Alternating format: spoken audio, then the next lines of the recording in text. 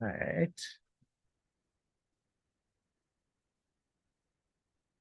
And we are live. So welcome everyone to Louffapalooza, 13th anniversary of Louffa Press. Also celebrating banned books, which we kind of do every day, since people do love to ban queer books, which really actually helps them, I think. It's kind of the best thing that can happen to your book is to get banned. So welcome, my name is Greg Newton. I am the co-founder of the Bureau of General Services Queer Division, along with my partner, Donnie Jochum. The Bureau, for those of you who don't know, is a queer bookstore. We have been in existence since 2012, and we've been here at the center since 2014. And we're an all-volunteer organization. I'm being helped today by George Edwards, and that is how we keep this baby afloat, is volunteer labor, donations, and sales. So we do have a suggested donation of $10, and there's some change in here, but we always say give what you can, if you can. And if you'd rather support us by buying books, that is a wonderful way to support us and the many poets and authors in the room and not in the room. So I'll pass this around to those who are not reading. And you can also give on Venmo for those of you watching online. And that's just at BGSQD, those 5 letters all around you. So thank you very much. If you're not already on our email list, you can sign up for that by the register, and you'll get an email every other Monday about our upcoming events. And before I turn it over to David Moskovich from Louffa Press, I wanted to read a land acknowledgement. So the Bureau acknowledges that our organization operates on the unceded land of the Munsee Lenape. We encourage you to join the Bureau in signing up to make a monthly donation to the American Indian Community Houses Mannahatta Fund. And the Mannahatta Fund, according to its website, is an invitation to all settlers and non-native people who wish to acknowledge the legacy of theft and genocide that comprise the history of New York City and the United States. And you can find out more at mannahattafund.org. We also want to recognize that our own government is actively supporting the State of Israel's genocidal campaign against the Palestinian people with our tax dollars. We hope that you will join us in calling for a permanent ceasefire in order to end the collective punishment of Palestinians and to ensure the swift delivery of much needed food, water, medicine, fuel, and medical aid to the people of Gaza. So now I will turn it over to David Moskovich and let the festivities begin.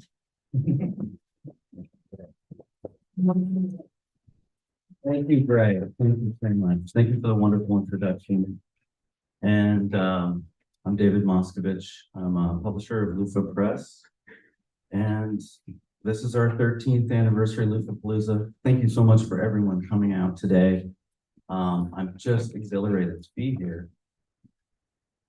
And first thing, I have to do some thank yous, definitely. First of all, thank you to Greg and Donnie and the BGSQD. This would not be possible without you. I have to thank poets and writers as well, NYC Department of Cultural Affairs. Also the Louffa Press team, like BGSQD, very similarly, Louffa Press is an all-volunteer run situation. Small press, artist books, chapbooks since 2010. And because of that, my team is very near and dear to me. So I like to thank Catarina Silva in communications, Maria Julieta Munoz in layout and design, Adriano Mendes on our website. Also, of course, want to thank everyone here in the audience who's coming here and online, have streaming online all over the world. And I'd really like to thank our participants. Participants are Beatrice Albuquerque, Robert Anthony Gibbons, G. Leon Coe, Matthew Lansberg, Paco Marquez, Esther Neff and Triphobia, and Claudia Soraya. All right, so here's the deal. We'll do the readings. We'll have some performances. We'll have some prizes, I hear. Prizes. And then sort of towards the end, we'll do I'll ask the writers, not to put you on the spot, but just one question about your work and banned books and sort of that relationship. And then we'll open it up to the audience for a kind of open forum on banned books, which is, in my opinion, an epidemic that's happening now. We haven't seen since the maybe McCarthy era, something like that. Okay, so yeah, so just a little bit about this. Press founded in 2010, based in Morningside, New York City, as a micropress that focuses on printing limited edition chapbooks using letterpress technology as well as artist books. Our newest chapbook, which is up there at the front, is by Ornette Clemente. It's the bearded person on the front. It's called A Gentleman's Guide to the Kitchen. That's Greg is holding it up there. Very fancy looking letterpress cover there. That's our newest chapbook. And yes, they have written Ornette. They have written a very fascinating and important text of subversive, kind of anti-patriarchal subversive text, which I love. We have forthcoming artist books from Esther Neff, Barbara Rosenthal, Shirley Paslem, Efrain Alameda, and others to be announced. Also look for calls to an anthology that should be coming up. Okay, so look for that, and I will ask anyone who's interested to submit to an anthology that's to be published next year. Right. My first reader is our first reader is Ji Leon Ko, who is the author of Steep Tea from Carcanet, which was named the best book of the year by the Financial Times in the UK and a finalist by Lambda Literary in the US. His hybrid work of fiction, Snow at 5 p.m., translations of an insignificant Japanese poet, won the 2022 Singapore Literature Prize in English Fiction. His latest book is Inspector, Inspector from Carcanet. Please give a warm welcome to Ji Leon Ko.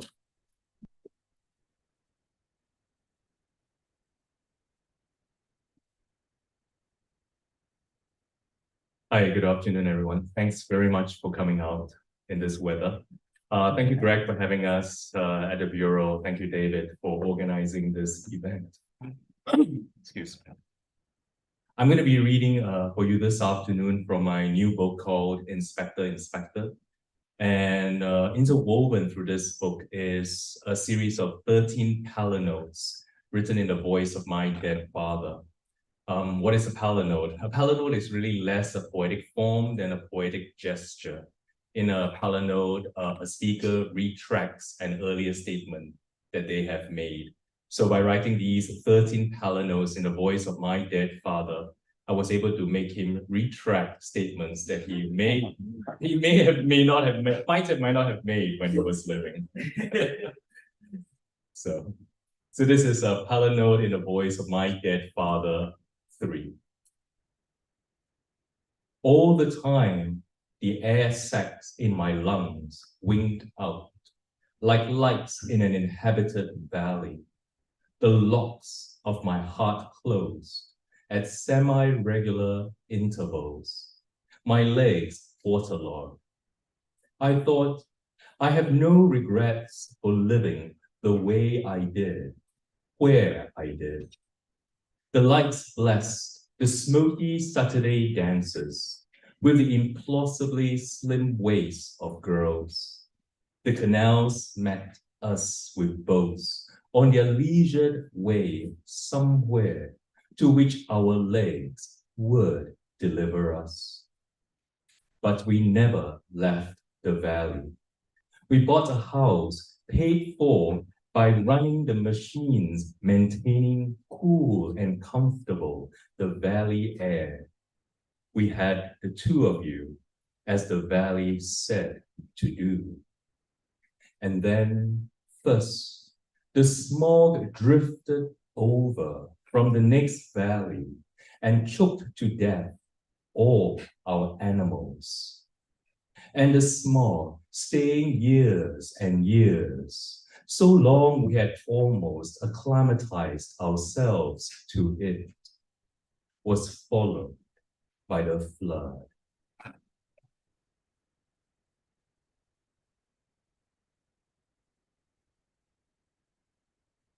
So I'm originally from Singapore. My parents never left the country. I did to New York City 20 years ago. This is my 20th year in the city, believe it or not. So the next poem I'm going to read for you is called To a Young Poet, but it's really, I guess, written to my youngest self. To a young poet, quit the country soon as you can, before you are set on a career path or marrying the home ownership scheme. Pay no heed to the village elders. They are secretly ashamed that they did not leave. Quit the country, but do not shake the dust off your feet against it. Leave instead with a secret smile for all that leaving has to teach you. Learn what it is to be welcome for the coin in your purse, for strong hips in pushing a cart uphill, a firm voice in a good cause. When the welcome wears off, as it will, learn to leave again, this time by the sea. Be always on your way, and on arrival, sleep with anyone who asks. You never know what gift they may have for you in the morning. You will discover suddenly, or over the course of a winter night, what gift you have for them. Always kiss goodbye on the lips. There will be seasons of great loneliness. You cannot outrun it, so sit and survey the thunderless desert. In every town, pick up the local accent and blend it into yours, already impure, as a secret ingredient is fused into the top note of a perfume. Hearing you, the Taverna will wonder where you're from. Drink deep of your wonderment. Do not betray it. After you leave a good tip for the barkeep, climb to your narrow roof and write whatever you wish. Your flowers will grace the sweaty brow of a buffalo. Your politics will smell of perfume. If you write about the old country, you will write about a lover who leaves your side in the night to stand by the window and look up at the crescent moon.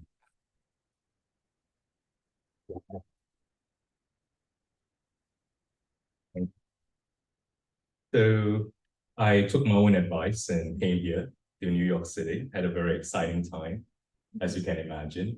Coming out here, in fact, in New York City, both as a poet as well as a gay man.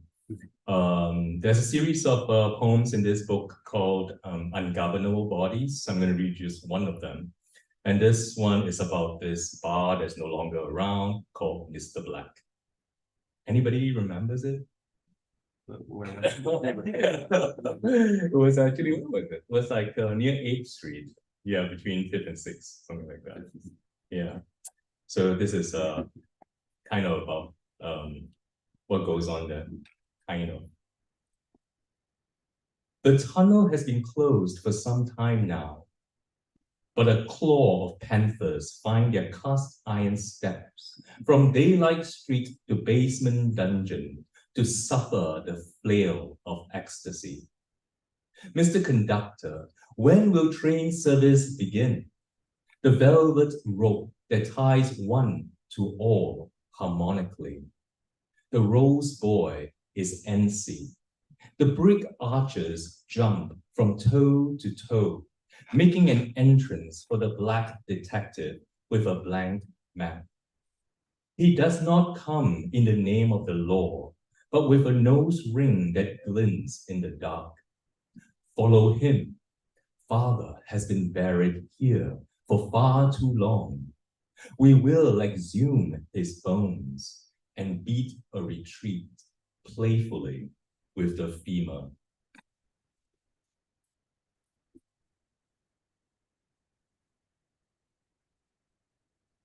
So, when I came to New York City, I did not expect to find a community of, fellow Singaporean creatives in the city, but I did. And it's kind of amazing, the number of Singaporeans who have found refuge. Some because of their sexual orientation as I did, but others because they wanted to find a bigger space for the art that they practice. So this is actually for a dear friend of mine called Hong Ling Wee, and it is going to be my last poem, and it is called The Ceramicist. On a NASA scholarship to map the world, she walked into a workshop on a whim to throw a lump of clay on a wheel and feel a foggy, quiet pink revolving world evolve into an object of the mind. Under the body's pressure, slight and sure. And afterwards, surrender to the fire, not that of fire, but that of accident, for a ceramic rocket fallen back to Earth. And this she did for many years, living on little, explaining less, until she was surrounded by the fuselage. When the towers gashed vermilion and buckled, she was alone at home in Union Square. The noise expanded as it dribbled off to meet its echo, second detonation worse than the first report, in summoning half-buried images of Hiroshima and Nagasaki. In a foreign mood, she heard the phone ring, and a female voice, acclimatized but recognizable as Singaporean, asked for Wee Hong Ling. She never tires of telling this story, how the consulate located her and every Singaporean within an hour of disaster, when a black hole opened but was avoided because a star had called, a star called home. She never tires of telling this story, which I now tell you in my own fanciful way, each iteration also explanation, the how developing into the why her pitchers, bowls, vases levitate. Thank you.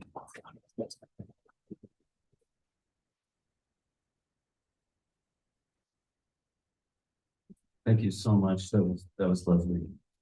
Ji Leong Ko, are you still doing the Singapore festival, Singapore Literature Festival? Yeah. It's still going. It's biannual, right? It's biannual. That's Okay. right. The next one is coming up in October. October this year, 2024 next year. Check your calendar, Moscovitz. Right. Okay. Thank you. Thank you so much. Our next poet is Robert Anthony Gibbons. Oh, by the way, all of these bios are sort of they're incomplete. They're not. There's more to everyone here. I can't say everything and everyone's accolades. Just saying that. Okay, Robert Anthony Gibbons has been nominated for Pushcart Prize, published in hundreds of literary magazines and several notable anthologies. Recent publication credits include Killen's Review, Tribes, Involuntary Magazine, Paragraph, Expound, Promethean, Turtle Island, Quarterly, Killer Whale, and Suisun Valley Review, Voices of Lefferts in the Bronx Memoir Project, Volume 2, published by the Bronx Council of Arts. Correct me if I mess up with the pronunciation. Robert's first collection, Close to the Tree, was published by Three Rooms Press in 2012. Chapbook, Flight, was published by Poets Wear Prada in 2019. His latest is a collaboration between Brooklyn-based artist Amy Williams, titled Some Little Words, 2022. It is a collection of erasure and ekphrastic poems in tribute to the wonderful and inimitable Zora Neale Hurston. Please welcome Robert Anthony Gibbons. Thank you. Thank you, baby. Thank you. How's everybody doing? Lift this up just a little bit. Thank you to G, my friend G.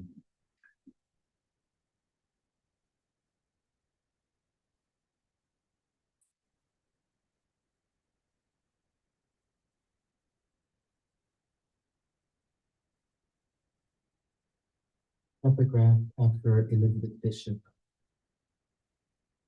Think of the long trip home. I came a long ways to get to Harlem from Grandma's shuck of Indian corn, born of the sugar ditch, the pitch at midnight, alligators and panthers with eyes of the soul, was told of the many died from arthritis and diabetes, the dialysis of peonage. I was born of migrant hands, aluminum pans of buffalo nickels, preserved in mason jars, tar baby feet, far away from the city, far away from pity. I was told of flamingo pink and bubblegum blue, a crew of red ants, a whole congregation of gnats lived underground, but found its way to my imagination, not landscape, but escape to the floating cemetery, living below sea level, afraid of sin and the devil, and there is still moonshine and gin, still the honky-tonk and pine cones with nothingness but heat, the military district of my dead grandfather, the river Bethesda, Perry, Georgia, and Hogg's Hammock, where my mother was a laundress and peanut farmer. She told her time to slaughter a hog. It was a killing of swine and the wine of all things southern in the moss. Home is being raised from the tenement of the soil, from liniment and castor oil, aloe, from 2 coils of 2 hands praying over me. I'm gonna move on, thank you.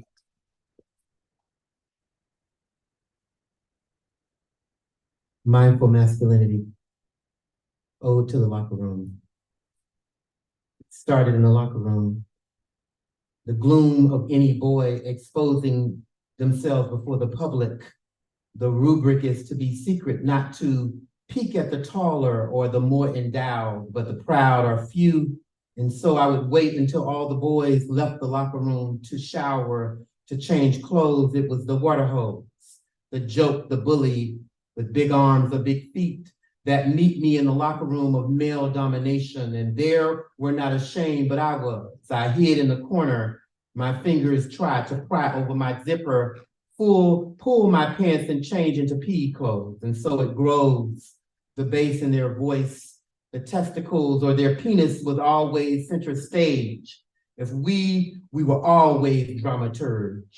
Then the purge of the locker room was to fail physical and education. My mother would be called, the principal, the counselor, the teacher concerned. Such a brilliant student failed the physical and the education, want to show his ass and develop identities. Either boy or man left the locker room a place of consequence and generational curses, a rehearsal of whether I would take Evelyn to the prom. And there were always rumors about sexuality. The one abnormality for a queer, isolated barrier built for myself, left Southern and Christian and conservative with straight uncles and cousins that had no problem with the locker room. The locker room was gloom and doom, and soon my mother or father would find out. And the purpose is not to tell them the truth. They wanted me to answer the silence. You don't have the craft, thank you. Ooh. Epigraph for W.E.B. Du Bois. Something in this world a man must trust, not everything, but something. One can live and doubt everything and everybody. Somewhere in the world and not beyond it, there is trust, and somehow trust leads to joy. Van books. Since we are in an American cycle, I call on you, August Wilson. I will reinvent Othello before the golden earring was given to Paul Robeson. And he, Paul, was 17, and he was a tragedian of death in audience by trial and jury. The consequence, his on defense, a bondsman in a free land. So Paul runs beyond the border to escape the pestilence, to escape the prejudice, only to find Wagner. But the master had no jurisdiction over spirit, only the physical, the cooper and the goldsmith, the witchery of vainglory. So the playbook must be dusted off like the records of Gonsbury Cemetery, must be dusted off from Jim Crow and the Potter's Field. It must be found in the exquisite exquisite corpse of the dead among us, sorry. And if I contain the language of the gods, then I am truly free. My voice is translucent, only casting itself within the wind, within the leader or the chaplain, but it remains authentic, autotelic, like the truncated tropes of the past. So the dead must bury its dead. But when must freedom come? When the viciousness and vindication is as supreme as anti-Semitism. When we are afraid to embrace the truth, banned books will come forth like the Gospels of Martin Luther King. Mandiba lays in state in the mother's womb of our humanity, so the frame freezes here. I'll do a few more, thank you.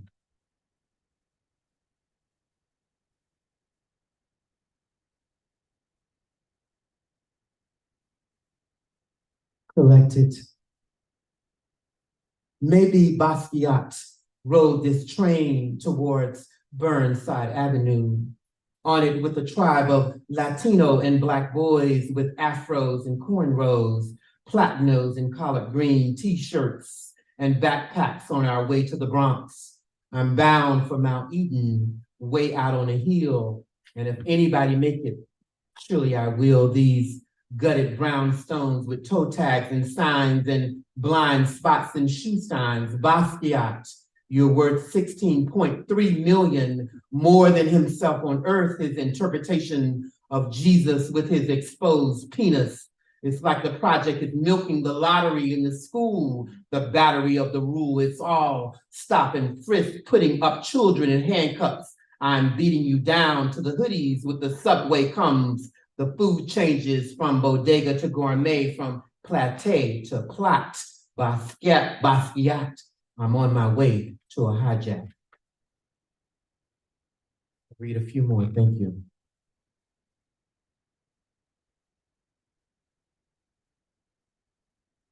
Suspect. Banned books. And I know that type. The one that's least suspicious, a family man, a conservative, earthy people friendly with a Windsor knot, a sock drawer full of fresh underwear. Those shoes are resoled, rehealed, polished, spit shine by a cobbler on Flatbush. And all the women ogle him when he jogs at 5 a.m. in the morning. But he is blunt force trauma, pulling her breasts out and funneling them on a back road to Miami. And there was only road and sawgrass, piercing his willingness to be naughty. He bought some on Biscayne Boulevard, a transvestite, a butch, a queen, a hustler. He likes trade, he likes to hit it and quit it. No love connection. He rapes violet like to choke and asphyxiate, butcher and mutilate no necessary, since he has still been wearing female underwear since 1978.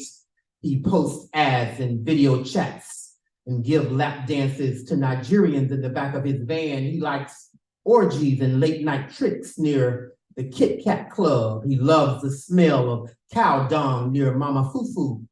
So I call him Chuck or Gary or Queen Vic or Miss Mary. He's a drag, but not a drag queen. He's a strawberry queen from down south. He likes bondage, a snatch of grass, and he will tag that ass.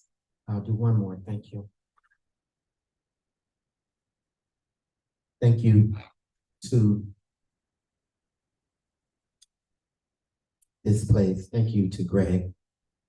And thank you to David for inviting me.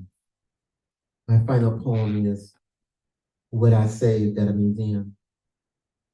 I saved a political statement by Malcolm X, a newspaper that says $90,000 paid for justice, another Black boy being busted. I saved a political statement, another cold case, rope and rape and trope and tape, and Allen burst me upside the head with splashes of crucifixion red and absurd cheerful yellow. I saved the politics, it swing lows and bitter chants and paints an American highway system with high finished color, with the modular, popular among the civil rights gentry. I saved the triptych of Swerner and Goodman and Cheney in this lame attempt to create a mood. I saved the sound of Judy Chicago's dinner party and Sam Gillam's Red April, all in pastiche, all in multimedia, all gauche, all matted, all framed, all name and extension with ISB number from the Smithsonian database, encased in glass. I saved Nina Simone.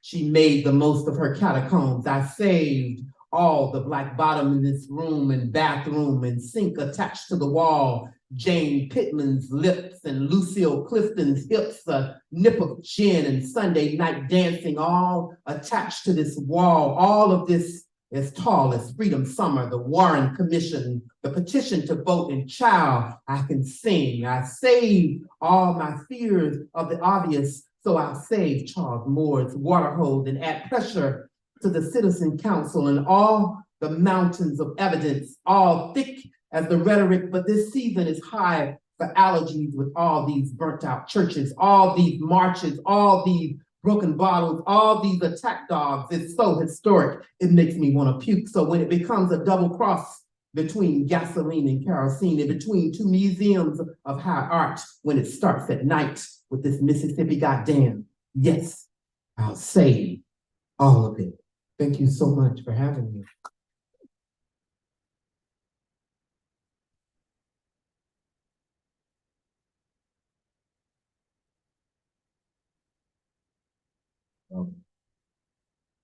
Find out more about Robert. We did an interview in Rain Taxi. Yeah. Was it spring of this year? Was it Yes, it was spring of last year. last year? Yeah. And it's Very different. online or Yeah. it's in print? Yes. I think it's both. Anyway, Robert Anthony. The next poet is Paco Marquez. Paco Marquez is a poet based in Manhattan, author of chapbook Portraits in G Minor, Folded WordPress 2017. His poetry has appeared in Fence, the Literary Review, Apogee, Philosophy and Global Affairs, and Huizache, and others. As Spanish editor, he assisted in translating Pablo Neruda's Book of Twilight with William O'Daly, Copper Canyon Press 2017. Originally from Leon, Mexico, Paco immigrated to California at age 13. Where's Paco? He's here, right? I thought I saw you walk in. Originally from Leon. He studied philosophy and literature at UC Berkeley and an MFA in creative writing at NYU. His work has been supported by Center for Book Arts, the NYFA, NYFA, and NYU, New York University. Paco was poetry editor at Washington Square and Hockey Poetry, currently at 128 Lits. And please welcome Paco Marquez.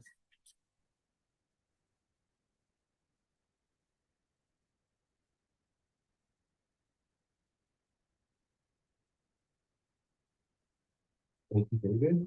And thank you for the Bureau and Greg for hosting us. I'll start with this one. It's called One.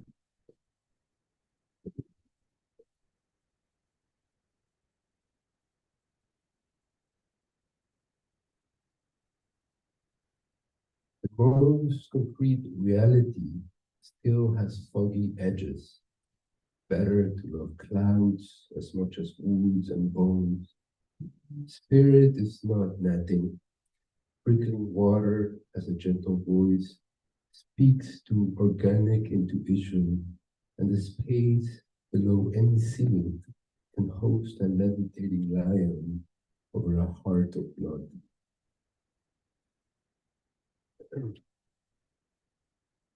I know no country. I know a few rooms, bunk beds, marble floors, and beige carpets. I know some pillows stained with tears, vomit, and semen. I know Valle de Senora and Padillo Drive, and a billion other streets not at all. I know laughter echoing from a brick-lit fireplace. Two television sets with dusty and wriggly pictures frames on top. An orange wallpaper flower on the restroom wall. 5 drawers of thick brown wood lined with old newspapers. A grandmother with fireflies in her eyes, telling stories on the fragrant leaves and sky blue stars. I know no country. No, that is not true. I know 2 countries, Mexico and the United States. From the top of La Torre Latinoamericana in Mexico City to the top of the former World Trade Center, from the Ballet Folklórico in Bellas Artes to the Octagonal House in Natchez, Mississippi. Sunset lights stream from the Bodega Market in Guanajuato, reaching the white marble walls of the Jefferson Memorial. Confession at Parroquia de Nuestra Señora de San Juan de los Lagos in León. The youth group at Christ Community Church in Carmichael. Chichen Itza to Chaco Canyon, pan dulce, pumpkin pie, nutty butter, boo-boo-boos. No, I know no country.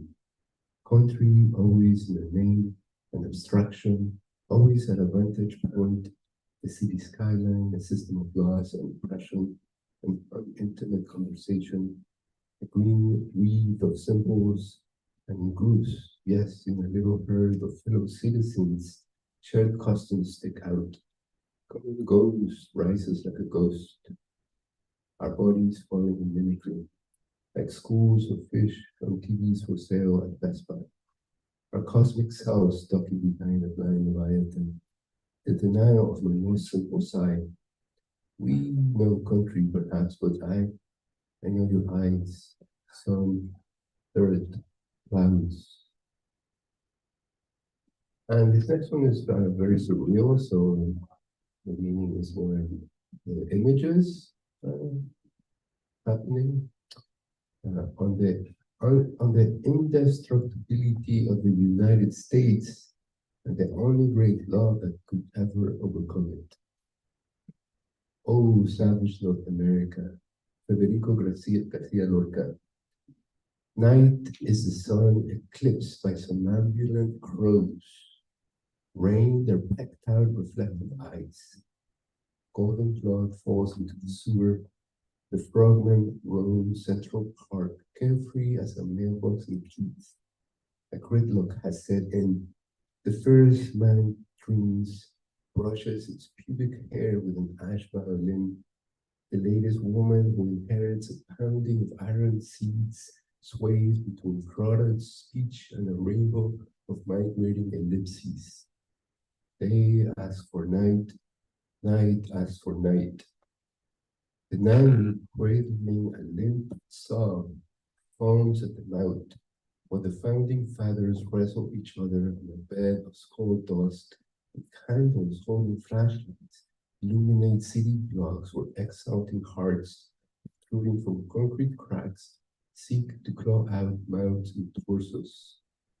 Kindergarteners soon forget they long to decapitate mocking scholars. A Down syndrome alabaster statue dances in the basement of the skyscraper, and its arm one artery of actual blood. A gridlock has set in. The anger of the stars will not do. The cut cocks shoved down throats will not do. No stars. The grand torch melts ice, slurps immigrant marrows, and uses their bones as tiles in its history's walls. What's left dissipates in a tumult of hushes and pebbles, solid as grasping air between index and thumb. 7 unclothed flames digest hollow ice, all real, all literal, all uniformity, armed with the gridlock of the earth's howl. No gravity, no sun. No, now only the tulip found under the tulip's tongue. Only the wet tot singing tossed into a beam of sun, the arms wiping themselves with silhouettes, fog beneath a warm scroll, shadows dressing a curtain's flow, the crack in the eggshell from water drop will unhinge the first man's dream, open the basement doors, compress the dark until it glows. After that, I'm going to do a cognitive therapy. Under the white plastic arch, the Pacific Ocean speaks to me. While camping, I dream of a forest canopy, leaves singing to birds swaying, and I awake to a canopy of leaves singing to birds swaying. The fog surrounds the apartment. I open the window and we walk around laughing. Breathe some universe into your veins. Imagine the birds inside your mind. 500,000 years from now, the first 10,000 of human history we talk in one paragraph. Spiritual awakenings, technological leaps. There is an interlocutor inside your mind after all, who will ask all the right questions for your eloquence to flow. The boss's silhouette elevates through Nordic mountains, with sun rising as a woman splits a sandwich with a man. A man, 88 years old, of the millionth great-grandson, for the first time remembers his father rubbing his back to sleep. He was 11 months. Standing on a craggy summit, he sees his past, a small lake in the distance, the future like the sun reflecting on the bows and bends of the river. Y ese brillo entre los arbustos es el ojo de una rata o un reflejo de una gota de agua. I cut July with scissors into paper stars for the seal.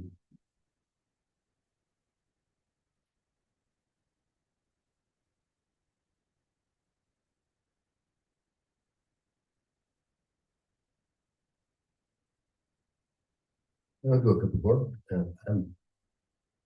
The sun shines equally upon the just and the unjust. Gospel of Matthew, Chin. The raft carries you across a bell's unstruck sound, along the cathedral of fog. Rays of light sits at the prow, roaring with oars of feathers over flat waters. A purple linen sail on the mast of a Manzanita's fallen branch. You or I at the stern, deep trails of whispers. A swish upon landing at dusk. Granite anchor descends. Rows of blue candles fade on the path. Each footstep a hallucinated tune, and each breath breath. Through the never-ending forest, we reach the door, no longer there. Enter to the body's altar, inscribed upon its marble cut from the sun, the word reflection on 1,000 tongues. And at its center, an ungraspable hole. A circle of everyone's touches hands. And I'll finish with a sad story with a happy middle. Jaime crawls out of the grave and wipes wet soil from his hands. It's his graveyard shift. The moon too has crawled above the horizon with everything else has disappeared. He reaches for his Kingman hanky and remembers he recently sneezed so hard from the stench of decay that his nose fell off like some giant snail. Now the town inhabitants really confuse him with the undead. 2 holes above his mouth like some wicked split cleft palate. The AARP treasurer had a massive heart attack last Tuesday when she saw him at the Chevron station, kitty corner from the graveyard. He's unsure how he feels about taking the final resting place, but the supervisor has grounded him for a week. Locked in the tower, he cries profusely, choking a bit when he breathes his own tears. The crows have a committee meeting. They agree that the first to die will donate their beaks to fill in his nostrils. He notices a radiant aspen flower growing from an eroded tombstone. Petals reflect moonlight in prisms spiraling rays. His eyes widen and dry. Then the drone appears flying behind the moon. Jaime notices a period of the page grows bigger and bigger until he sees that it's a missile from the drone. He takes off for the moon. Thank you.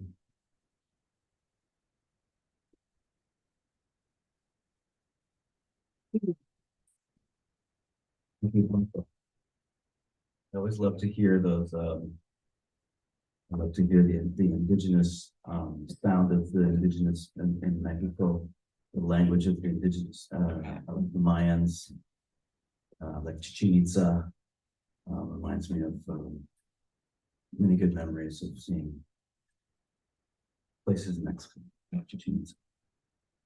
Thank you, Paco. We have a copy of your book, Paco, over there in the back. Oh, that's, you didn't bring one? Okay. Yeah, just a reminder, everybody, we may have many copies of books available for sale from authors today. Just ask, Greg in the back there. Our next writer is Beatriz Albuquerque. Beatriz Albuquerque is an interdisciplinary Portuguese artist living between New York and Porto. Beatriz received a doctorate at Columbia University, New York, with a Fulbright FLAD Luso-American Development Foundation Scholarship and FCT Scholarship. Awards include the Breakthrough Award for the 17th Bienal Cerveza, Myers Art Prize Award from Columbia University, New York, Ambient Performance Series Award, Pack Edge Performance Festival, Chicago. She has been widely anthologized and is the author of 4 books of research. Art plus Internet Performance equals beginning of the 90s, Video Games plus Glitch, Learning, Video Games versus Teachers, Super Mario World plus Glitch equals Adult Learning, and Game Glitch plus Learning equals Aesthetics, Design, Preservation. Correct me if I get anything wrong. Anybody? Okay. Please welcome Beatriz Albuquerque.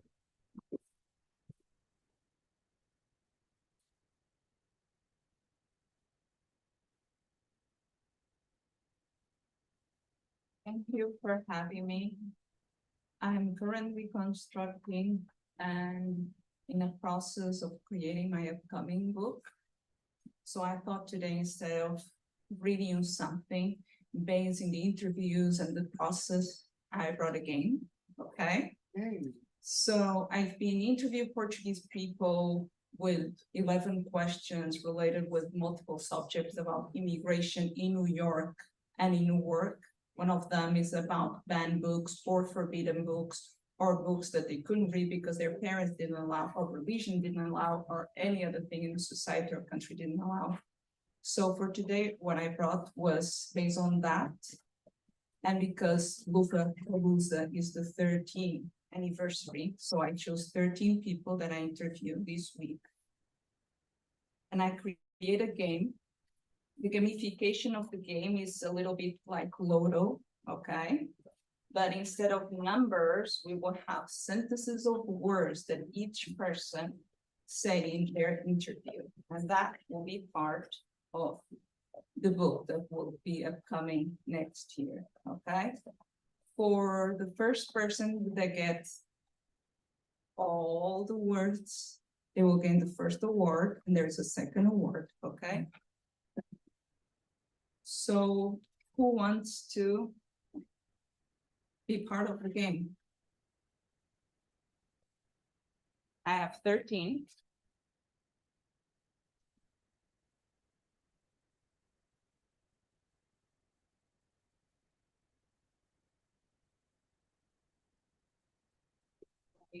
Like Portuguese people, they like to stay together.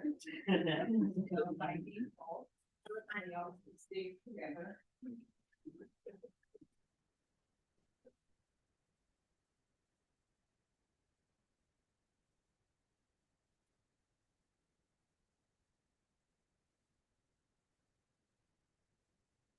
Anyone more wants to participate?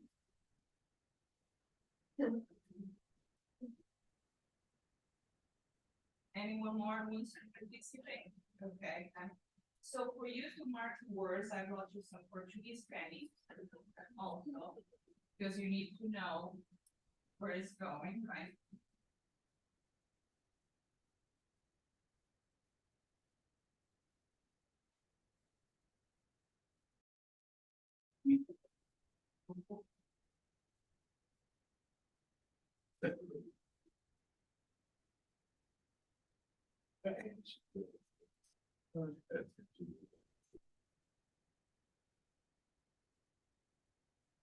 You will see that there's some words that they're repetitive, because Portuguese people love the same things over and over and over and over.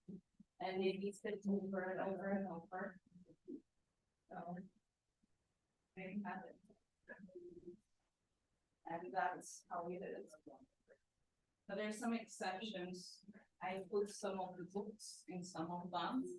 And it's interesting what is for some forbidden, based on their parents, or based on the region, or based on what the state at that time says, correct? So, also Portuguese people were with a dictatorship till 74. So, if you want any pennies, I have left. You don't need a card to have them, okay? It will be a surprise, the first prize and the second, right? I didn't show you, so you never know what's coming. So, the first word I have is love. Love show up in 2 of my interviews, not only love related, but also as a Spanish book. Does anyone have love? Okay, so you put the penny on it, the Portuguese penny. Folklore. Orange. Codfish will be one that most people will have, because Portuguese people are obsessed. I dream a little bit and choose other dishes, but codfish is something diagonal that shows up in any Portuguese. Even the relationship with codfish show, if everything is good in the family, if we feel good, and if it's positive, there's codfish in the fridge, okay? None. Someone have none? Cozido. Cozido, it's with a Z, is a Portuguese traditional dish. You have it? Black. Black is one of the colors of our costumes, traditional costumes. Some of our wedding gowns are black, okay, not white, black. Because the idea is that when you go to the funeral of your husband, you already have the costume.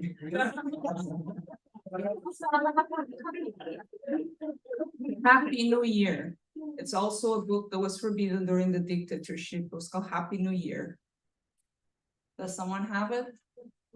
Happy New Year. During the dictatorship, it was Bom Ano Novo, and it was improve life. Yeah, that's a recurrent all. Why do you immigrate? To improve life. Madame Bovary. Also banned book. Blue. This is a color that they associate to being Portuguese. Blue. Chouriço. That's I think it's chorizo here. Also, we have Mexican chorizo. So, gender queer. This is another banned book, more recent. Nostalgia. No one does. Okay. Pie. Playboy. That's another forbidden book, deducted by their parents, right? Alheira. Alheira. It's a Portuguese. So basically what happened, chorizo, okay. Chorizo has pork, right? So Jewish people, to not be persecuted, created alheira. Looks like chorizo, no pork. So if someone comes to their houses and say, oh, you're Jewish, they will say, no, chorizo, and they will eat it. Done. That's Elena. That's how Elena is born, okay? Job. Marxism. Marxism was a book super forbidden during the dictatorship.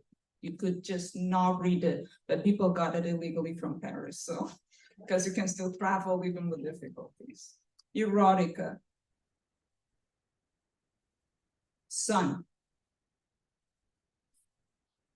Work. Wool. Custard cream. Yeah, that's a dessert. Family. Family? Yes. That's like codfish. Green. Yes. Luzo. It's a water brand. Ulysses.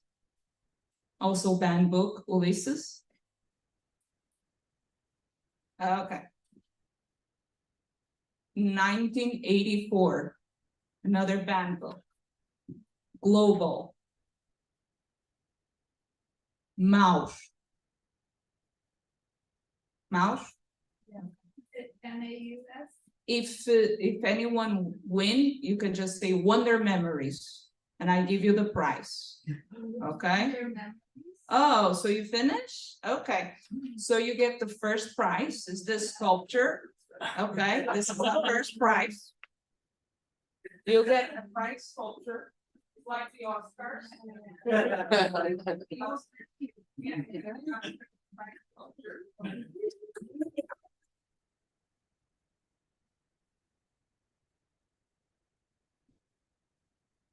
Then we have a second one.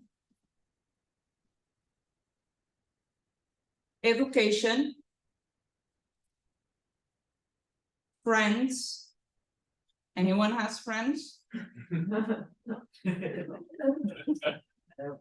No? Buy a house. Yes. Okay. Pimba. That's traditional Portuguese music that is called pimba because it's like that, the sound. Feijoada is beans and chorizo together. It will be awkward to translate to English, so right. Saudades. That's something all Portuguese feels based on the discoveries in that line when the boat disappears and we have that saudades of that moment, not when they come back and they change, it's just really that moment. Keys. Okay. Wonder Memories. Wonder Memories. Okay, so you get the second prize on that. That is Portuguese candy. Because they love blue also.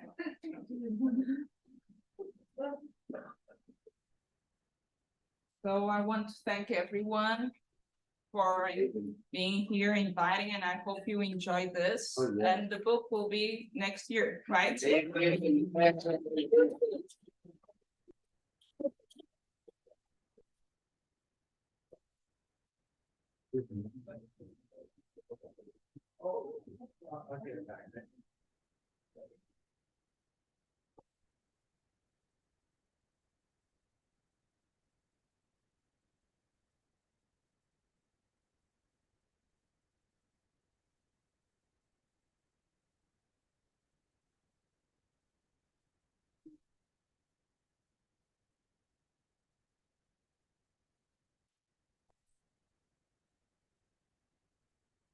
Thank you so much, Beatrice. That was everything that I hoped. I'm having such a good time and I have this front row seat. I almost feel guilty. I'm like the best seat up here. Okay. Thanks again, everybody. We've got 1, 2, 3, 4 more readers to go. And our next reader is Matthew Lansberg. Matthew Landsberg's collection of linked stories, Outside is the Ocean, won the Iowa Short Fiction Award and was a finalist for Lambda Literary Award, otherwise known as the Lammies, and workshopped some of that in our class together with Amy Hempel at NYU. Some of those stories ended up, I believe, in that. The collection Outside is the Ocean also won the Pharaoh Brumley Award. Is that the right pronunciation? It's a finalist. Finalist for LGBTQ fiction. This fiction has appeared or is forthcoming in journals such as One Story, Virginia Quarterly Review, New England Review, and Alaska Quarterly Review, and has been shortlisted in the Best American Short Story Series. He lives in Manhattan, has received fellowships from the Red Loaf Writers Conference, Sewanee Writers Conference, Yaddo, and McDowell. Please welcome Matthew Landsberg.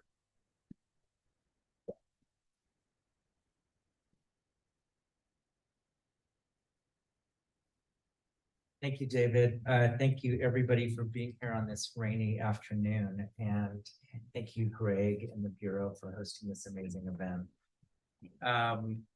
So as David mentioned, I published a book in 2017 called Outside is the Ocean. It's in the back. And it's about a woman named Heike, who's a German immigrant, and her gay son, Stuart. It takes place over a period of 50 years. It's a book of linked short stories told from different people's perspectives. And when I published the book in 2017, I thought I was finished working with these characters. But here it is 6 years later, and I'm still writing stories about them and working on a novel about them. I published a story last summer in Electric Literature called Last Night in Ventana Beach that features these two characters also. And I'm going to read a little excerpt from that now. This excerpt takes place about halfway through the story.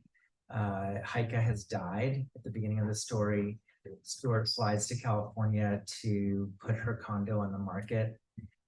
The funeral happens. He's at Vons, picking up a few cleaning supplies. And he's finished checking out and sees a woman who looks very familiar to him. And it turns out to be his mother standing there, and he's shocked because she's dead. And they talk for a couple minutes, she disappears, and he thinks he's just been hallucinating.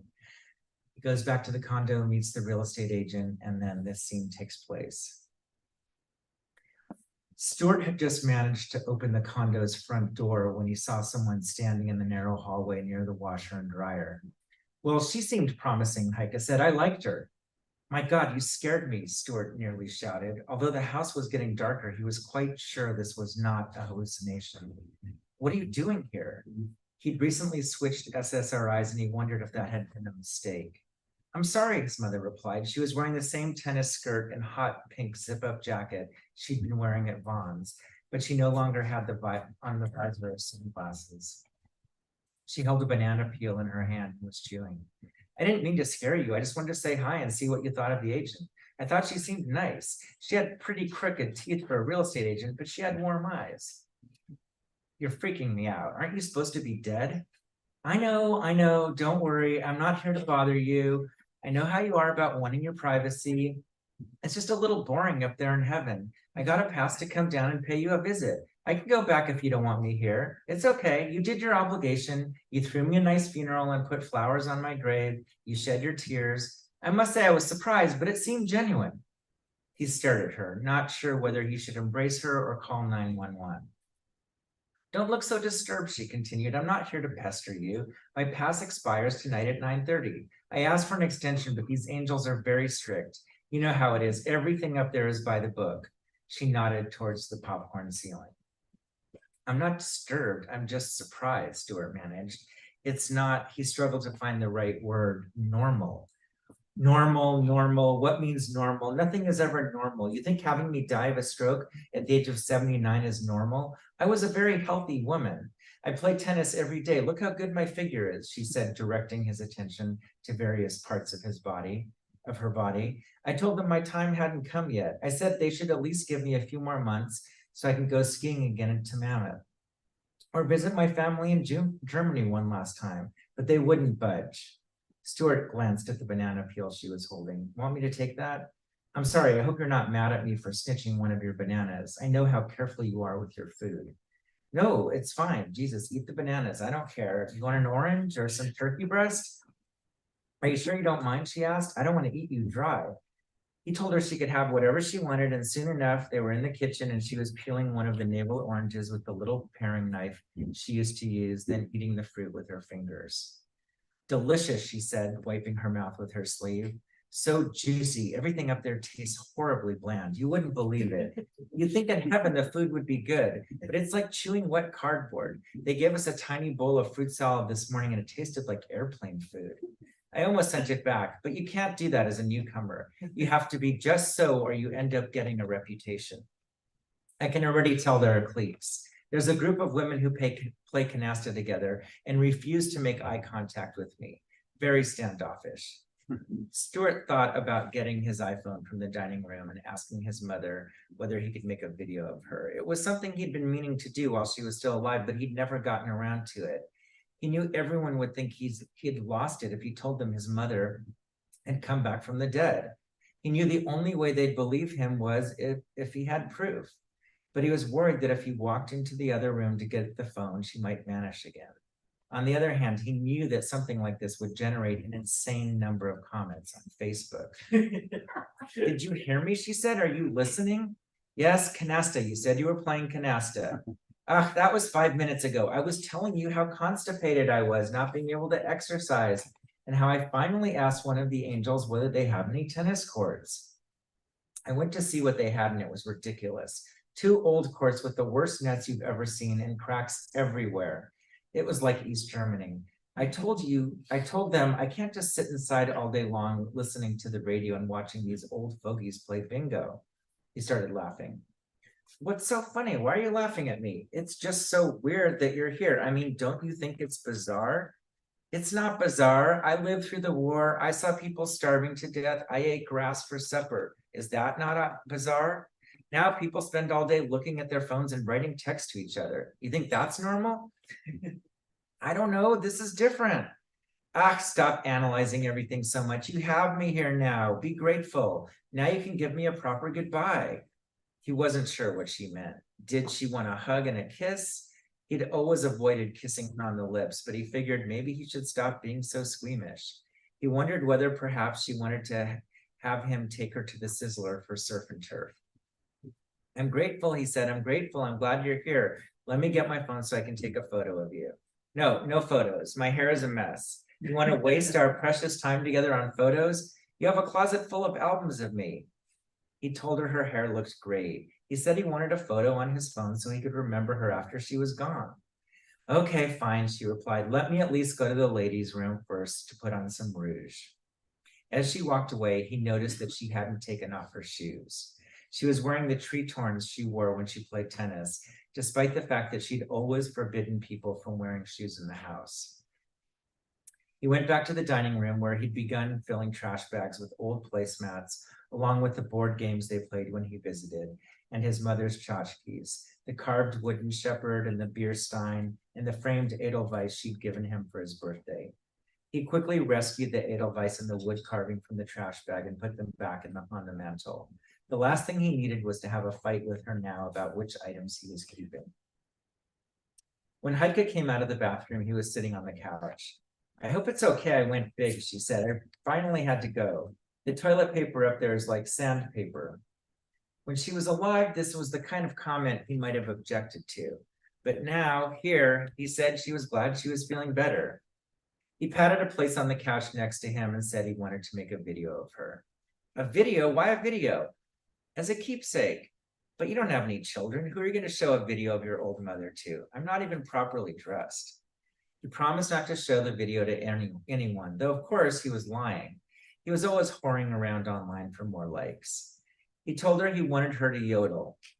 He said he wanted to hear her tell him about the men she dated after his father divorced her, about Bob Kelly and Richard Chastain and the artist from Encinitas who sold spray-painted thistles on the beach.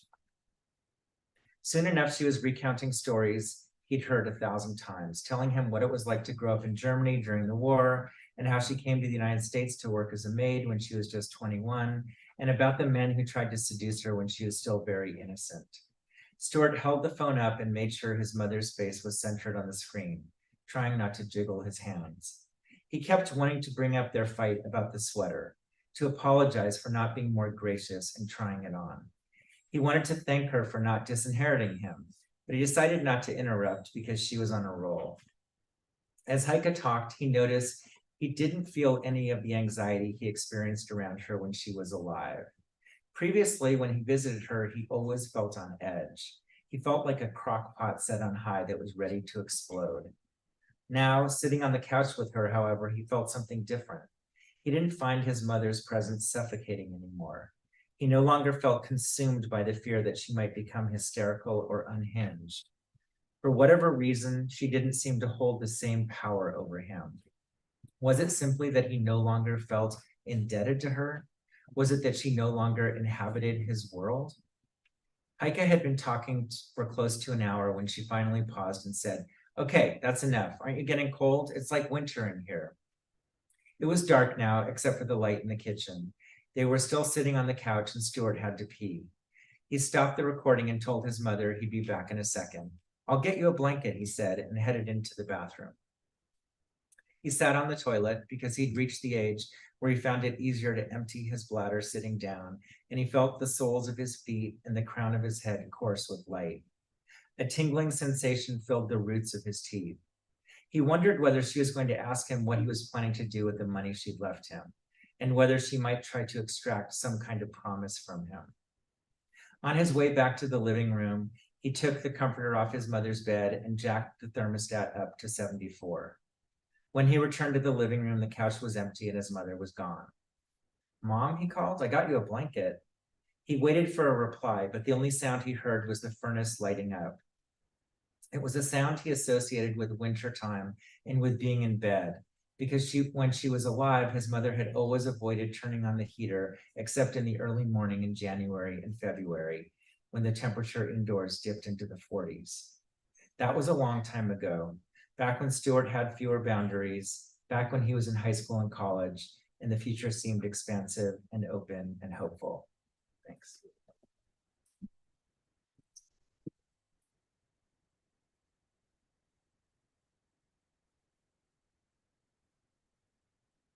You, Matthew.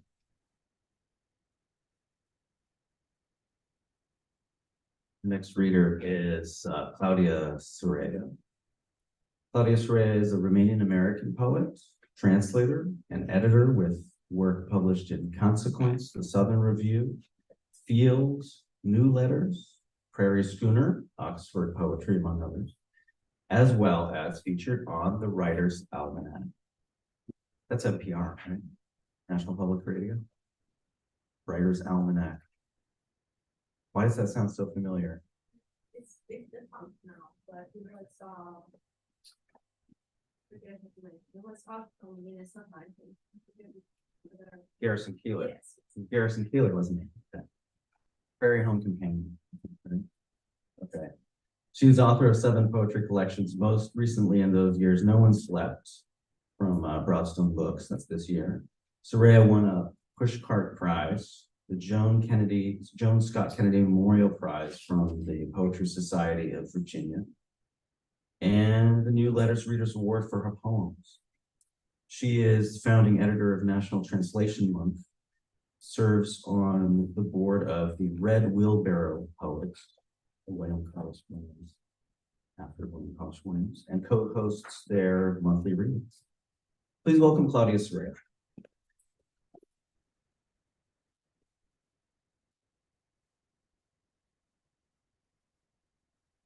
Everyone, thanks for spending a rainy afternoon with poetry with us, and thank you, David, for having me, and Greg. It's a lovely place. I've never been here. I'm going to read a few poems from my book In Those Years No One Slept that was published earlier this year. It is a book about history and family, and it doesn't have that much about my immigration story to the United States. It's more about my childhood behind the Iron Curtain in Romania during Nicolae Ceausescu's time, and some more general historical topics. I'll start with a title poem, In Those Years No One Slept, and with an epigraph by Federico Garcia Lorca. Out in the sky, no one sleeps, no one. Some, like my grandfather, slept standing, hiding among corn stalks and listening for dogs. The woods were full of women dressed in black. The woods were full of veiled women who'd come to him and ask, "Did you see my son? Is he still alive?" The woods were full of veiled women and young men sleeping, standing behind every tree trunk. The woods were full. Young men wore rifles and slept standing behind every tree trunk.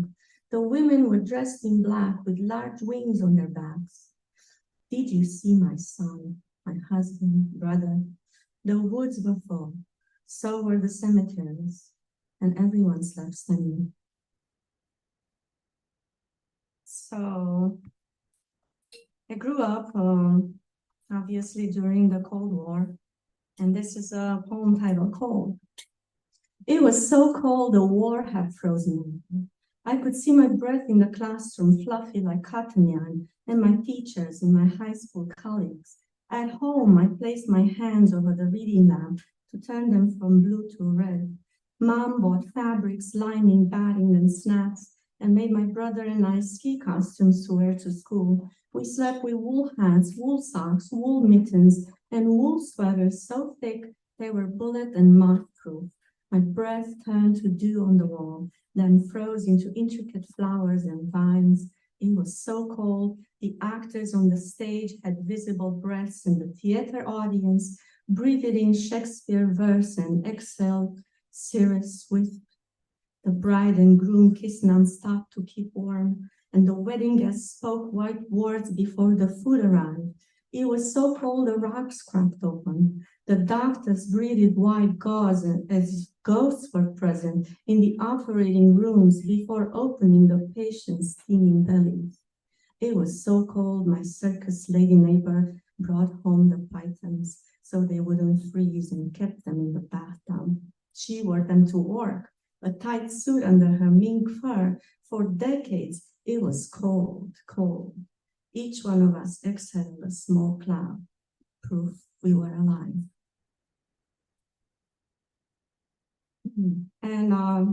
And don't have, this is a poem that has a couple of banned books in it, but obviously in Romania at that time, there were a lot more books banned, but this is drawing from memory. I could draw the details from memory. It would be a very nice drawing, with us kids sitting on the threshold eating soup, and my grandmother dressed in black with a black headscarf on her back and her back turned, stirring the pot on the stove with a wooden spoon. In this drawing, there are chickens in the yard and a sleeping dog with his huge lion head resting on his paws. See that crosshatch shape in the background? There's the shed where I spent summer afternoons reading Magellan's Voyage and the journals of Captain Cook, old books stinking of mice falling apart. And then Chernobyl happened. Chernobyl days. We heard about it on Radio Free Europe. Weeks later, they distributed at school to each of us 2 small white pills of potassium iodine per day and wrapped the door handles in gauze, moistened with disinfectant. Some of my classmates never took them. Apartment keys tied around their necks, kids played outside all day as usual. Summer came quickly with no birds. Mom bought us cherries from the market, so rare she couldn't pass them by, and washed them really well. They glistened on the plate. And then I want to read this poem that won the Pushka Prize this year, to my great surprise. It is about the Romanian Revolution, and it's based on real facts. When that happened, I was in Bucharest as a student, and then they let us go home early, and we were preparing for Christmas. So this is making sausage in the time of revolution. This sausage is made during martial law. Lights turned off and the window covered with a heavy blanket that still lets through the white streaks of the traces in the night sky. Place a candle in the cup. In its shaky light, we look like ghosts. Think of the ghosts in the streets. Think of the fires on barricades, the only candles those souls will have. On the table, set up the cast iron grinder with its large enameled maw, its helix, gears, and iron clamp. Think of the tanks and armored vehicles advancing like huge night insects, tens of boots grinding the pavement. Start grinding the lean meat and the white belly fat piece by piece, one red chunk, one white, one red, one white, red, white. Stop the grinder, careful to not catch your feelings. Think of the grinder that smashes students, young men and women shouting, Libertate, te iubim, or in vingem, or murim, freedom, we love you, we either win or we die. Grind, grind, grind, grind. Stop and listen to explosions in the kitty chatter of the guns. Add salt, pepper to taste, crushed cloves of garlic and powdered sweet paprika. Taste the tear gas and pepper spray on students' faces. Sink your hands into the meat paste, hungry roots that turn and lift it, turn and lift again until blended and smooth. Add a little bone soup to soften the mix. Think of the water cans, clotted bodies drenched in cold December. Pull the thin, almost transparent intestine over the machine spout, bunched up, wild like the stocking of a high school girl. Think of that girl crowned with sniper bullets and start pushing the paste in the machine against the machine. Push, push, push, push with the force of a mudslide, its rage and fear and abandon. Push, push, push, push until the dawn is born, unrecognizable and wet, and sanitation trucks roll in to wash the blood from the pavement. The candle burns to the bottom, and the only thing that remains is the smoke. And then I have a few poems here about the time when I came to New York City, and I used to commute every day from New Jersey to New York and read and write on the bus. And this is a poem from the bus. It's titled 1954. In 1954, hands in his pockets, Frank O'Hara was walking at noon on the glaring New York City streets, thinking of poems and lunch. At 7 p.m., the sun was still strong in Romania. My father was 14 at the time and plowed his father's land hard as concrete with a horse blind in one eye, thinking no doubt about poems and dinner. On Fifth Avenue, O'Hara stopped, lit a cigarette, breathed in the smoke, and looked at the sky. My father stopped and smoked too, maybe even at the same time. Inhaled, exhaled, and looked at the same sky. Yes, they were young, skinny, and thoughtful, and didn't know each other. But I imagined them sharing the gestures of lighting up, tight lips holding the cigarette, the flicker, the blue breath, the crust of the earth, the sun. Decades later, I'm reading the lunch poems on the bus and think of the lives of these two men, each one caught in his own grinding machine.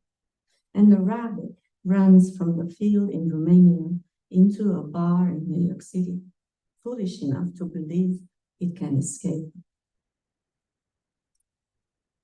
And this one, I have a couple of poems here about the war in Ukraine, because Romanians are neighbors and they are very much afraid that it could reach their own country.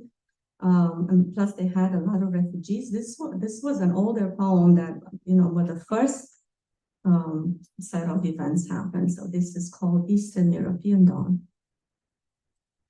My father tells me over the phone, he'll emigrate even now in his old age. It's good to have your daughter in America. I'm his insurance policy against history. He thinks about me late at night when he hears the news about tanks in the distance, a pack of dogs barking on the border. The night bleeds its edge into dawn, a dawn he recognizes, one he has seen before. Its color, carnivorous rose.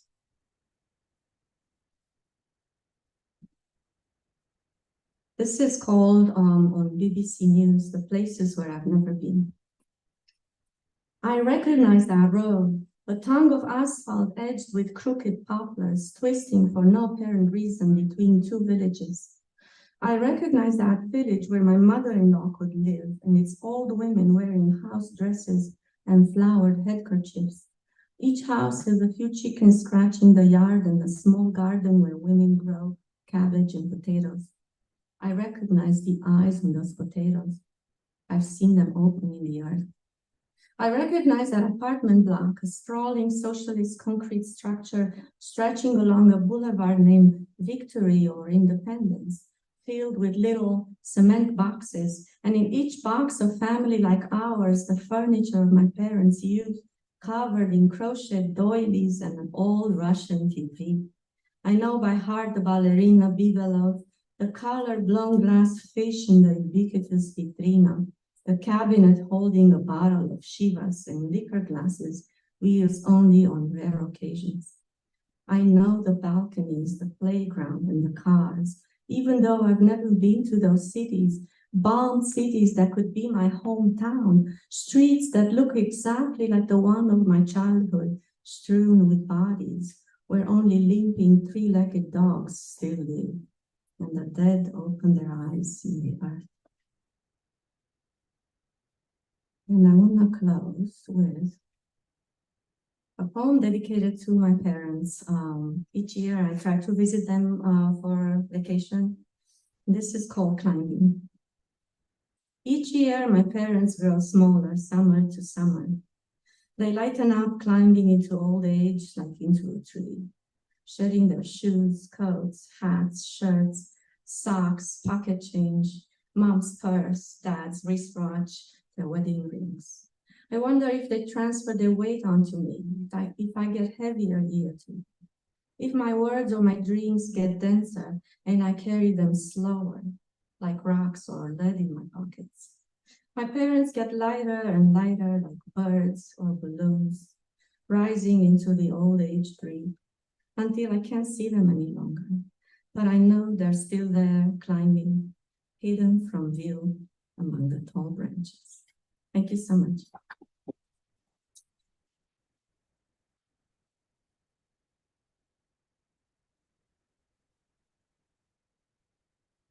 Claudia, I still remember getting the, I like Claudia, I have something in common with her, as my parents were Romanian, but I was born in the States.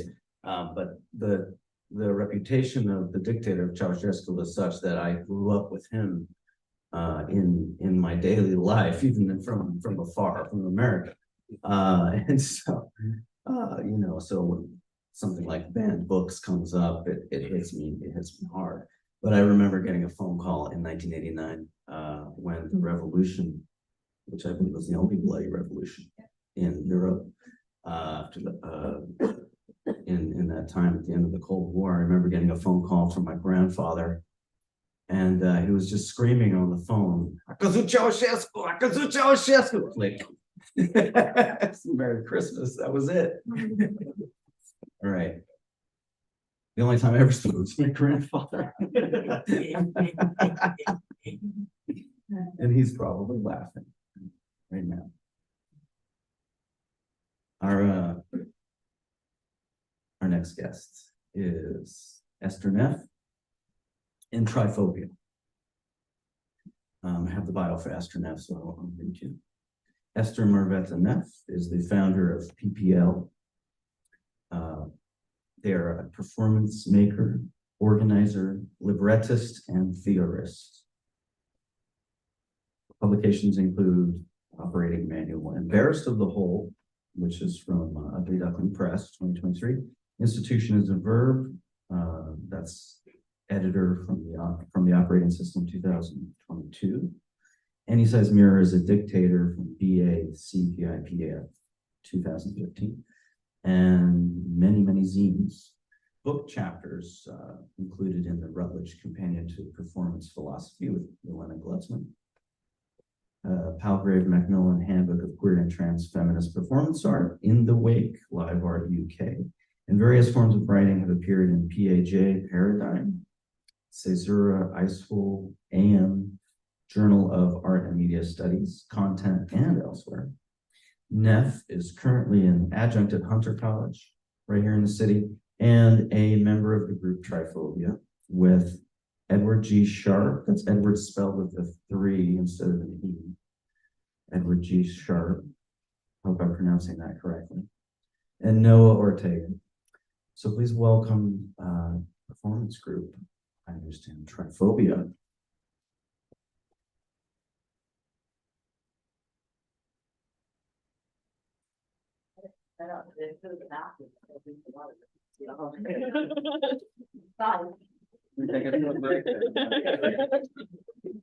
Good idea.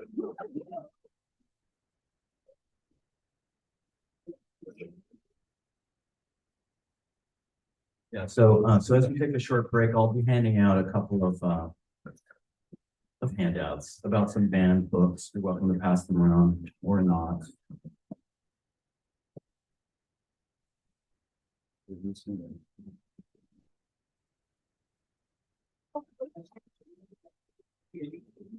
Recent titles challenged or banned in 2023.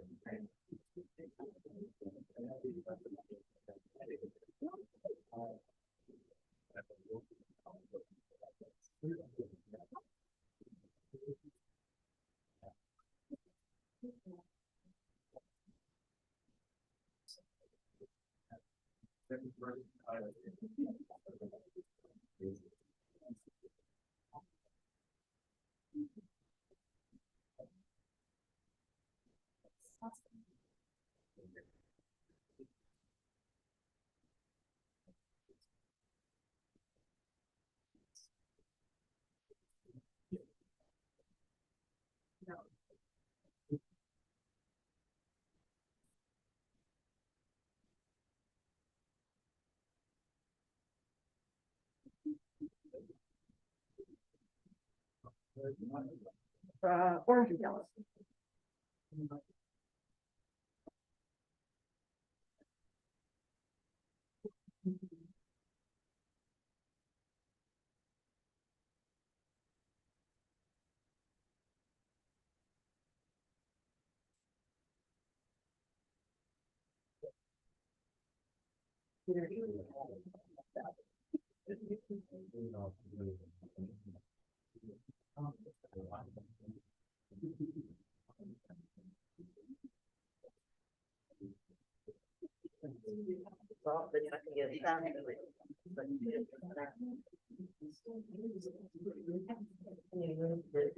I mean, what's more important to you? What's more important, the guitar or?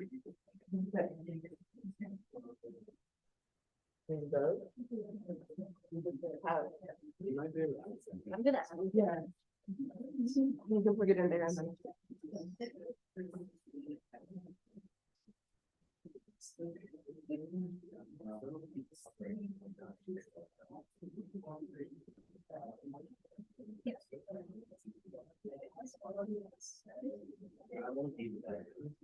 Huh?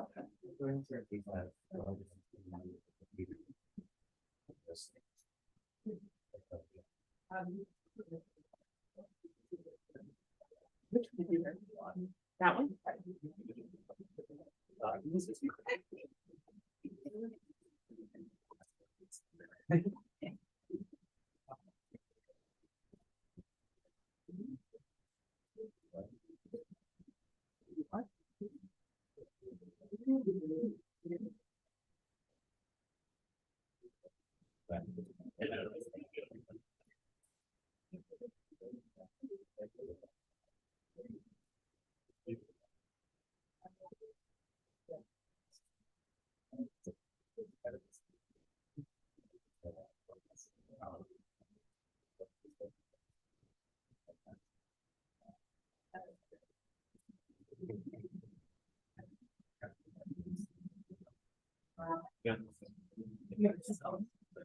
Oh,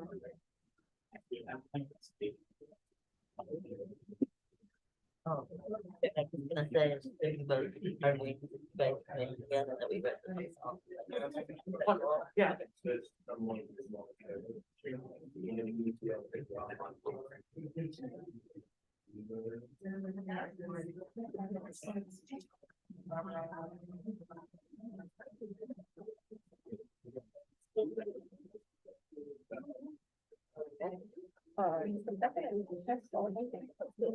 You ready?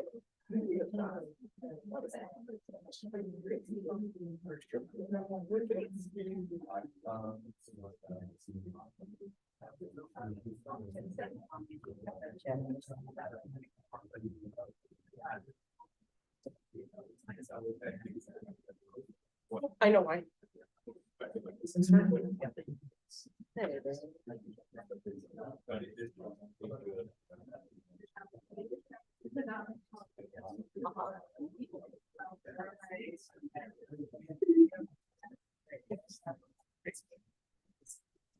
Hello again, everybody.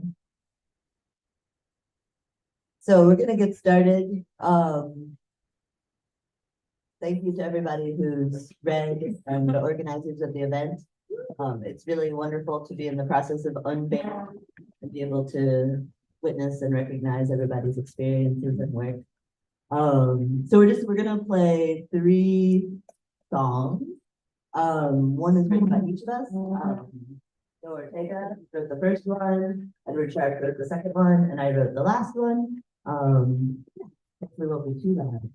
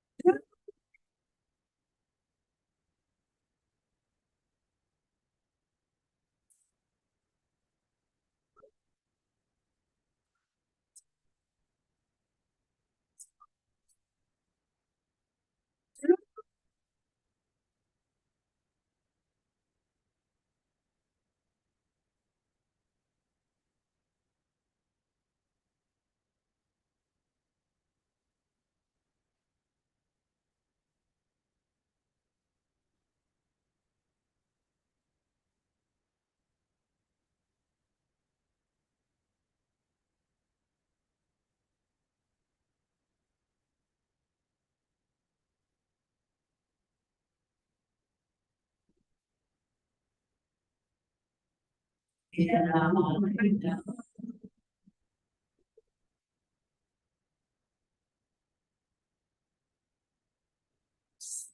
Oh, yeah, you know.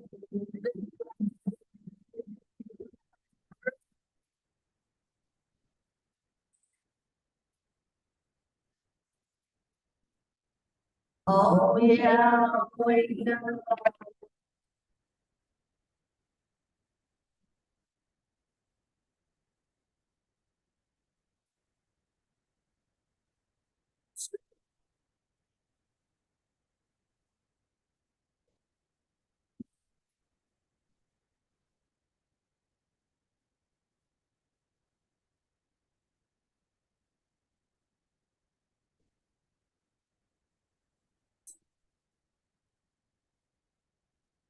Oh, yeah, I know.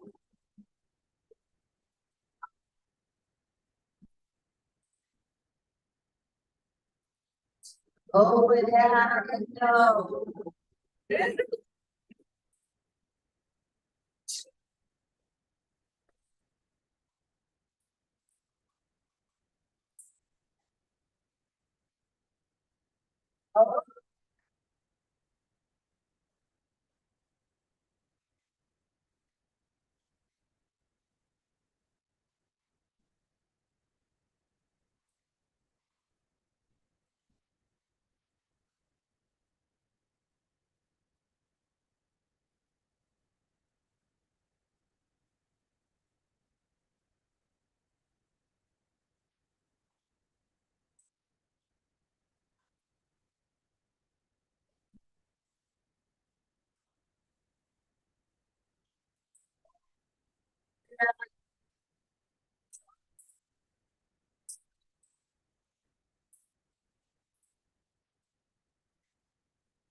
Yeah.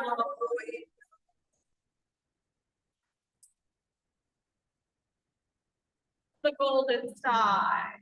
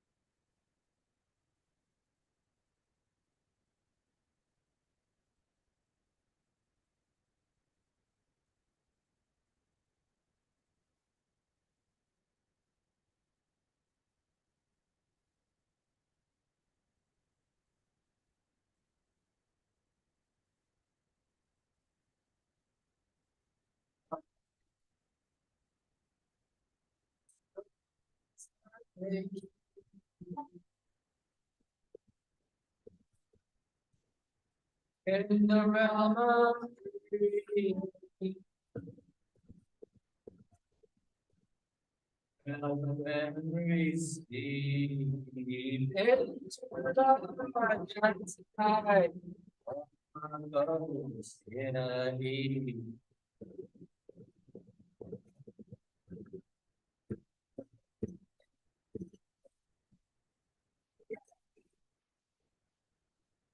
I know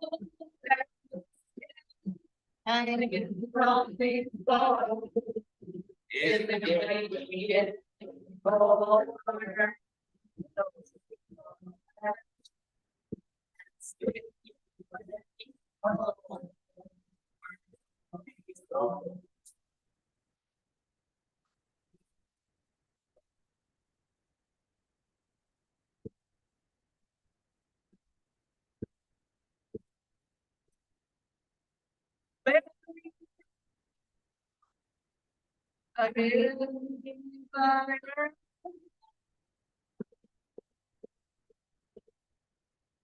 Framework for the flame.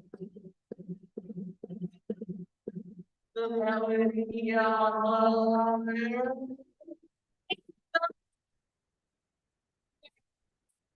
that'll make you cry.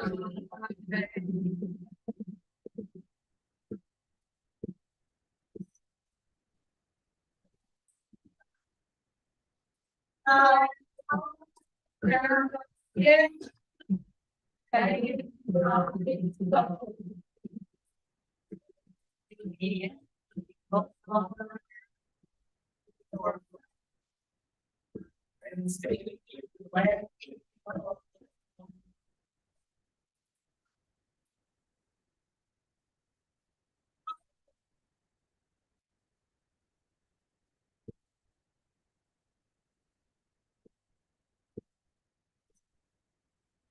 And the most that me. And the love in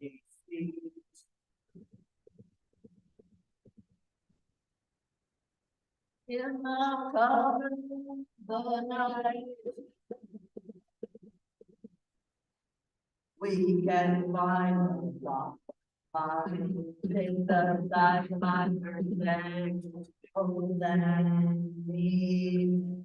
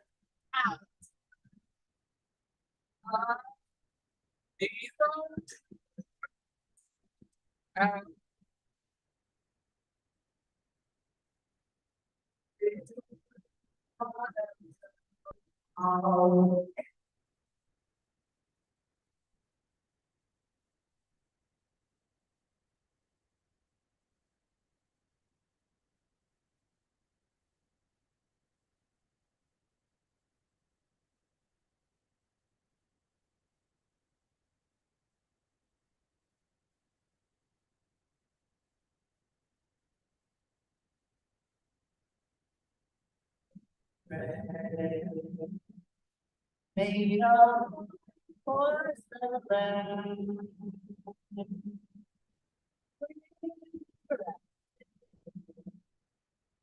Delicately, I still watching. One, two,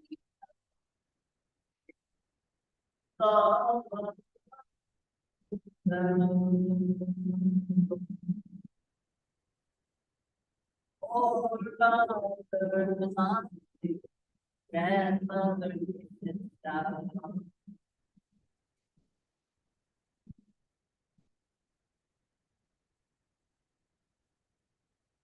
I can back.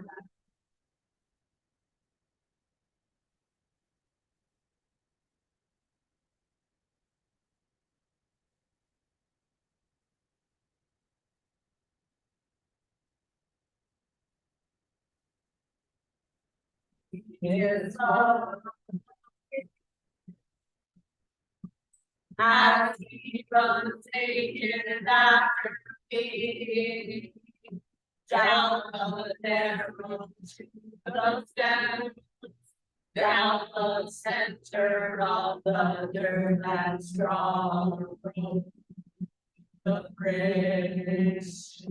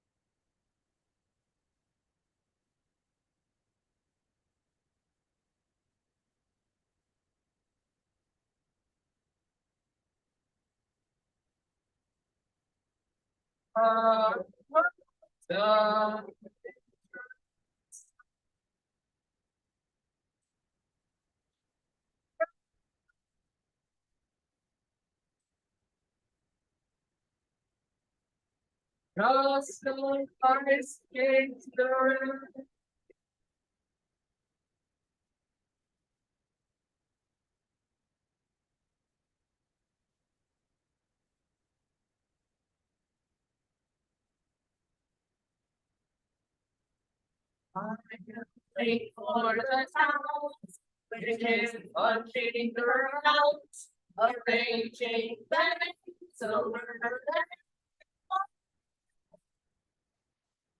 the In her spoonful of breathing shit, under the rotting ritual, the dawning of the supernatural. Did you know unbearable?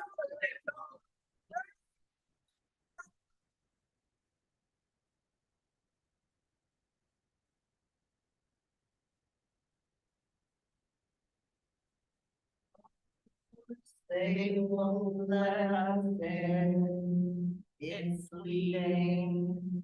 Each eye is an asshole. Lost in a small foreign town.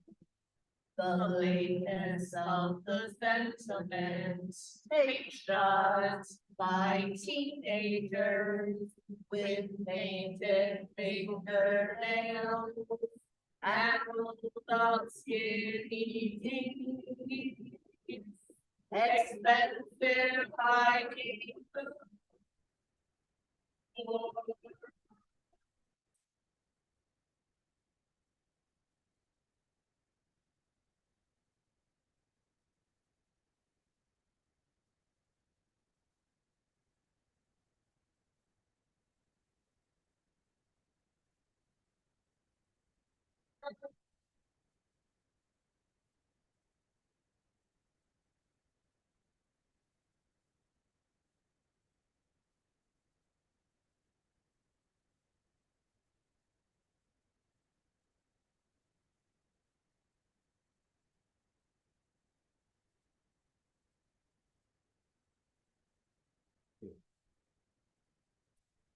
Oh, yeah.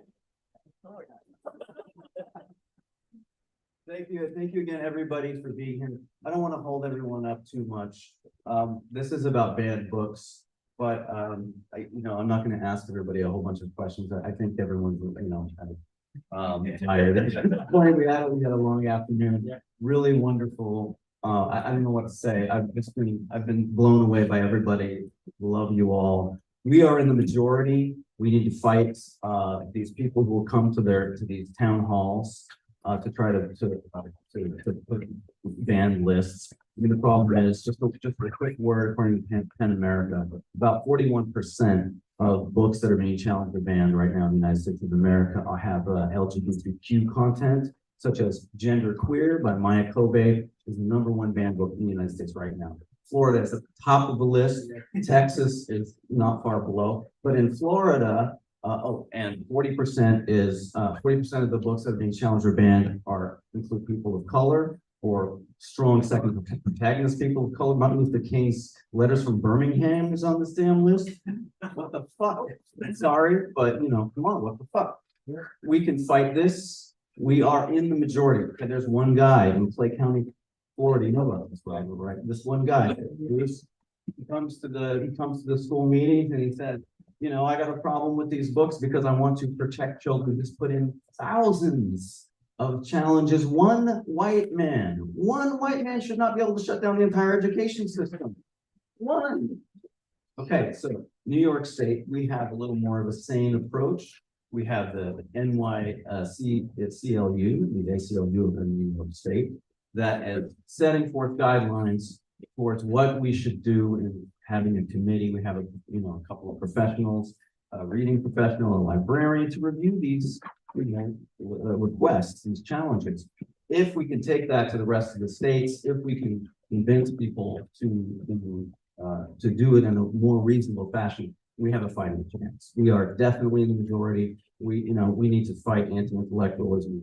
It's been too long, and we're on it. Yeah. I want to thank everybody. Come on up for a group photo, if you will, really fast. And thank you one more time, everybody. Thank you. Thank you. Thank you to Greg, BGSPD. Please consider donating if you haven't already. Listen.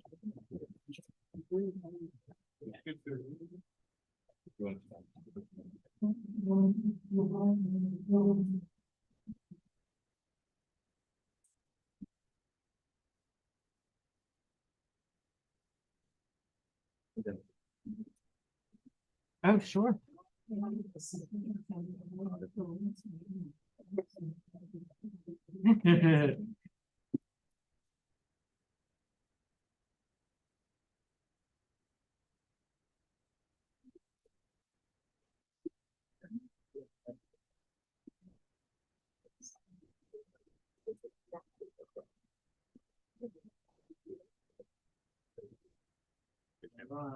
Right. 1, 2, 3.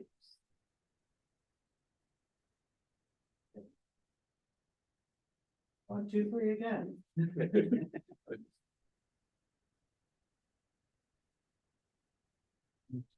Sure.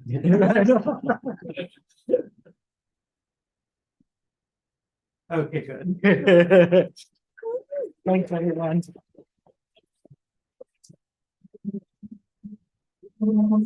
Yeah, thank you, David. Nice to meet you.